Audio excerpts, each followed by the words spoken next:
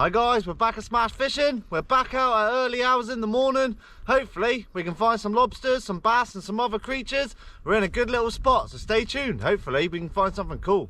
It's Smash Fishing, baby. Woo! There's thousands of shrimps around at the moment.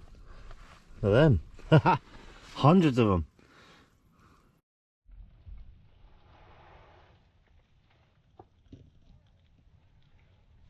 We're just about to head into the pools now, guys. So I'll be putting the camera on the chest harness. I've got the underwater with me today and my foraging bag.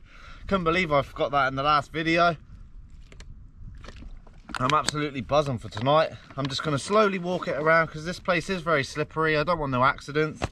I've also got my buoyancy aid on just for a bit of protection. So fingers crossed we can get a few creatures. Hell yeah. Smallest conger eel ever. Just walking around, he just jumps clean out the water. They always seem to beach themselves, these creatures. Yeah, stay in the water. Got him. That's a lovely sized common eel, that one. That's a beauty. Look at that, guys. That's a beauty of a common eel. Look how fat it is. Lovely to see on this beach. I've never found a common eel before. We just get to the rocks and we'll give you a better show. These are really such a cool creature. Called the common eel or green eel. When they get a bit older, they're also known as the silver eel. Look at that. That's a lovely fat one, that. That'd be good for a catch and cook, but I've recently read that these they're actually on the endangered species list due to jellied eel and stuff, so I'm not going to cook this. I just wanted to give you guys a show. Not very lively, this one. Usually they go absolutely ballistic. Look at that. It's so fat. I've never found one so thick before. Awesome. Look, tiny little mouths. Very similar to the conger eel, but the conger eel are just a lot more aggressive. Let's get her back. What a little beauty. There she goes. That's the silver eel. And they migrate so far from the Sargasso Sea all the way into rivers, estuaries, and all the way back again.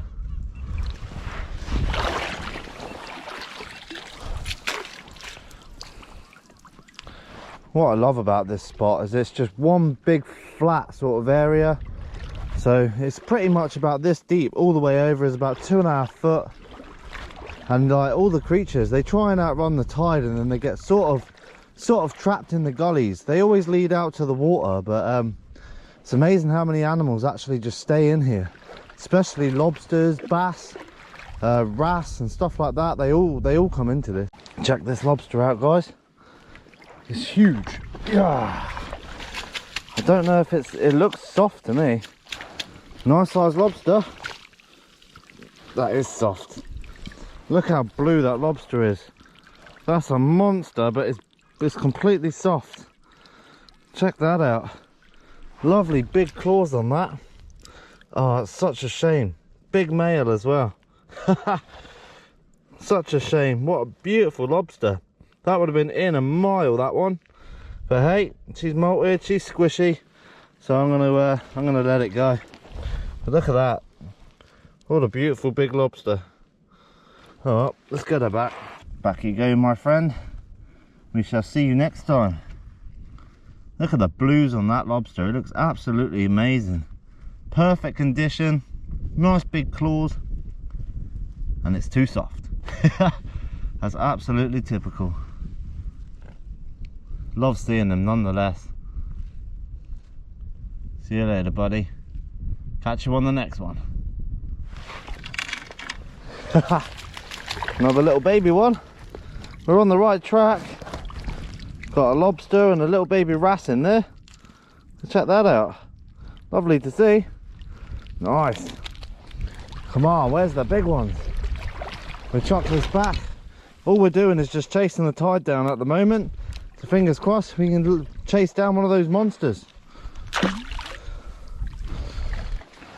Decent sized conger down there. I love the blues on them. Looks absolutely insane. It's amazing. You're walking along like this and everything's just looking straight back at you. Such a peaceful night. Not a breath of wind. We're going for a stroll for the lobsters. Look at that. Little baby one.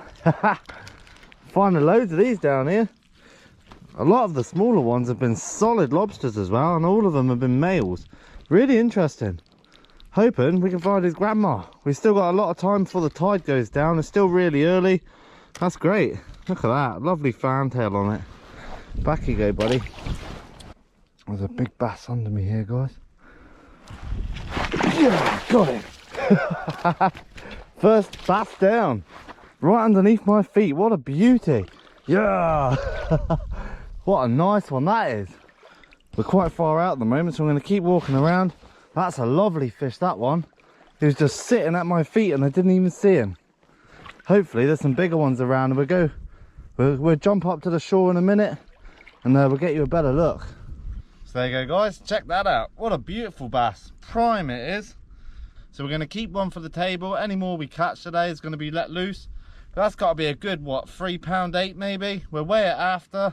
I'm absolutely chirping with that. First bass in the shrimp net. We've only been to this, well, this end of the spot about 20 minutes. So fingers crossed we can get a bigger one. Haha, what a beauty. Lovely fish. We always get asked how you bleed fish. All you've got to do is go underneath the gills here, cut straight down, and that is it.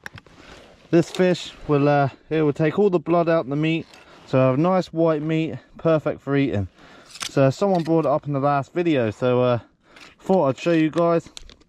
It's the best way to do that for cooking. It's got some sort of deformity there. Awesome. Lovely fish there. You can see how big it is from my hand. We'll get that weighed later. Be nice to get a really big one tonight. It's really strange, the bass. They always love to just harbour up in the kelp. And we're in a massive gully at the moment. They can leave if they like.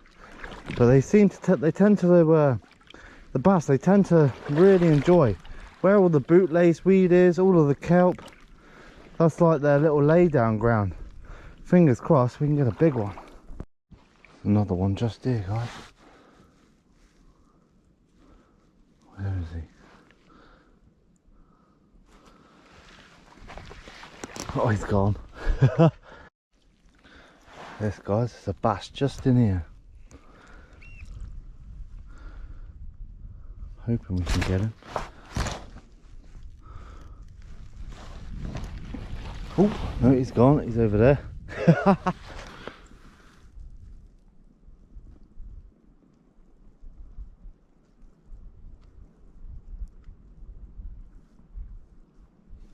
Giving up on the bass now, guys.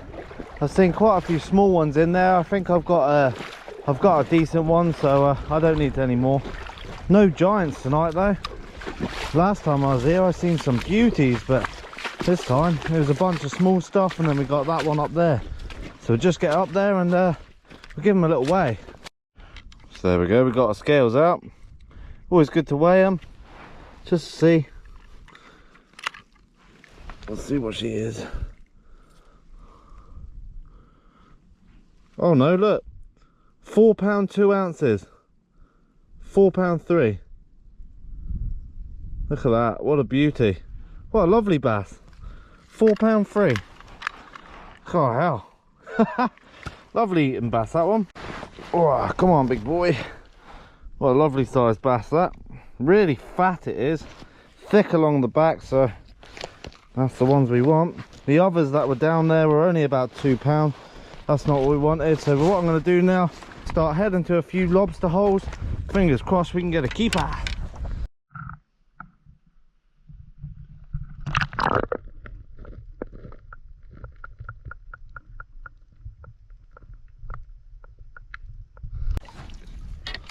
There's another bass just down here. Quite far away from the last spot. Did I get him? Completely missed. Where did he go?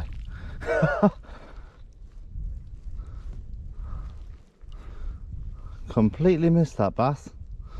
I don't even know where he went. Got another little one there. He's just cruising around. Love to see this many lobsters around. In quite a few different spots now. We've had loads of them, so it's really interesting. Look at that. Another one down. We're getting back. We don't want to have a look. We want a monster. We're running out of time now, so I'm going to quickly start running to holes and hopefully we can get a keeper.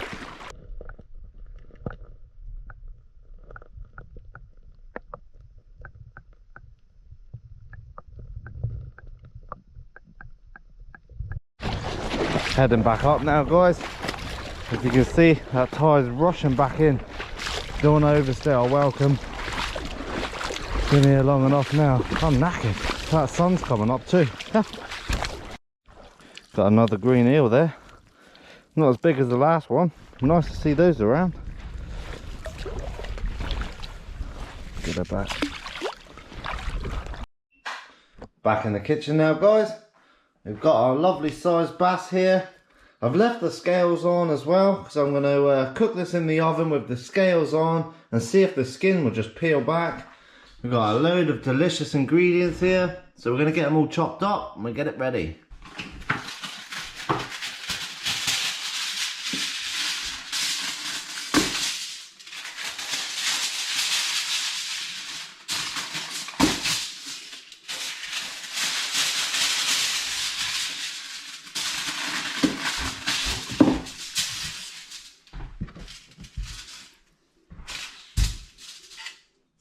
What we're starting off with, we've got our limes here. I was going to use lemons, but they didn't have any in the shop, so it's limes. We got anything citrusy would work great. Just going to cut up 2 for now.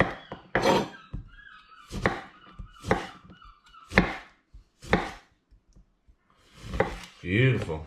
That'll give a great flavour into this. What we got next is an onion, garlic, and some chili chorizo. So what I'm going to do is get that chopped up.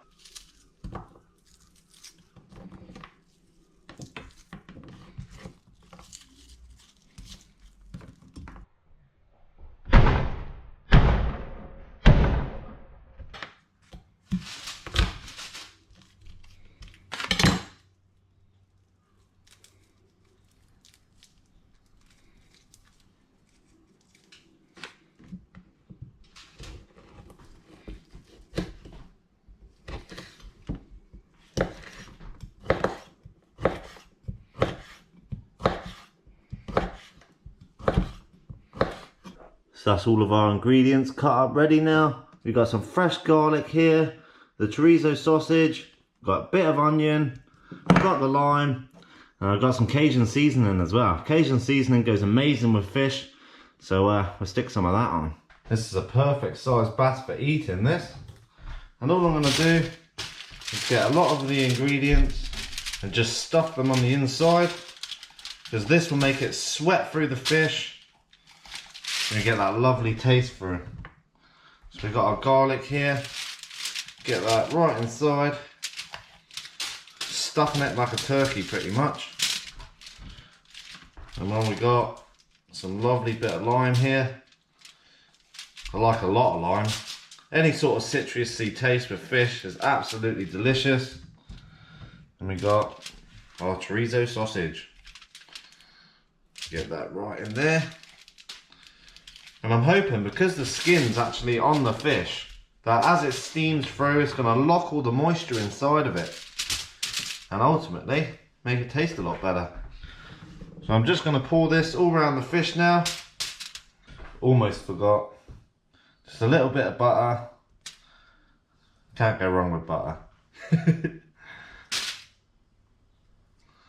Lovely job. That's just going to create a lot more steam, a lot more juices through the fish. Yum. And then some Cajun seasoning. So there you have it, guys. That is going to taste absolutely delicious. It's completely stuffed full of ingredients. Got a load of Cajun seasoning on top to sweat through it. Lovely sized fish. Let's get it wrapped up straight in the oven.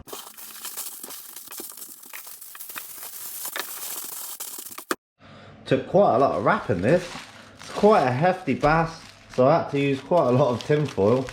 But hey, we got it wrapped up nicely now. The trick with this is to make sure you wrap it where none of the juices can leak out the bottom. So fold the sides up and then cover the top up and you should be good to go.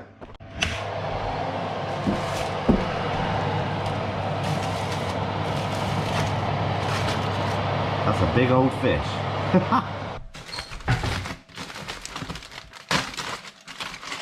Check that out, guys.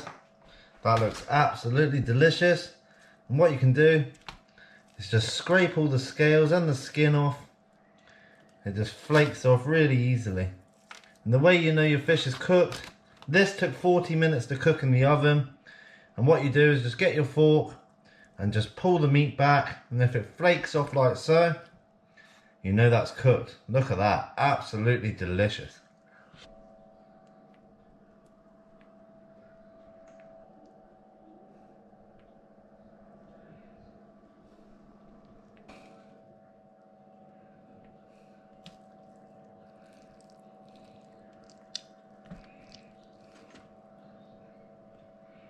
Cool, I've been looking forward to this. Been smelling this for the last half an hour or so. It's a very juicy, that's for sure. The amount of juice coming off this meat. I don't know whether it's because we cooked it with the scales on. It might act like a sort of barrier to keep the moisture in. But that is so juicy. Look at that. Beautiful white flesh. Oh. You can certainly taste the onions and chorizo. Oh, that's amazing. And with the skin, it literally just falls off really easily. Just comes off in a big flake like that. You can leave that to one side and you're good to go.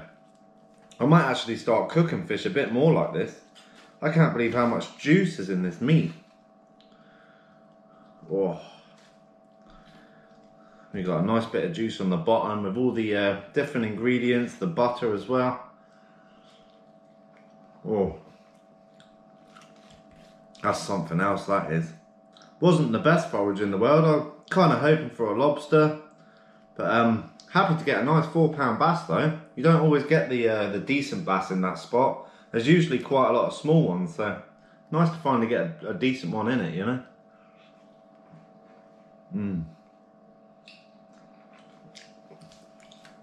Oh, this is an awesome tea. Absolutely brilliant. Look at that. Bass is delicious. It's definitely not my favourite fish. I definitely prefer like red mullet or even a grey mullet. I like the meatiness, but it's a delicious fish nonetheless. Oh. Oh, so good. So good for you as well, white fish like this. Great source of protein. You get a lot of omega-3s as well. So very good for you. Can't beat that. And it's always fun when you go out, hunt something yourself, and take it home, cook it up. It's actually 2 days later. I actually put this bass in the freezer because I just didn't have time to make the video.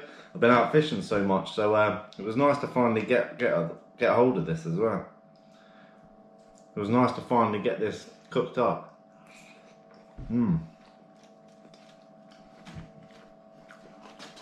I like the way the scales just fall off so easy, because a lot of the time I always descale a fish when I'm down the beach, so it saves on a lot of mess.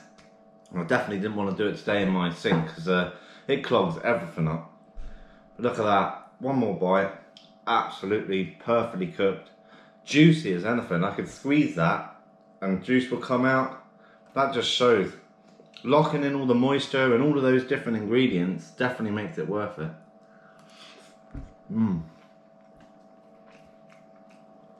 So stay tuned for next episode, guys. I'm going to finish off my tea now. This was an awesome catch and cook.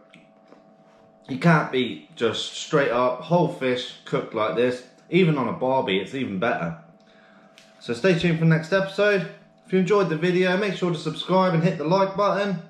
There's going to be plenty more to come. It's smash fishing, baby. Woo! Oh, also, if you want any merch or to become a member, links in the description. Thanks, guys. Yum.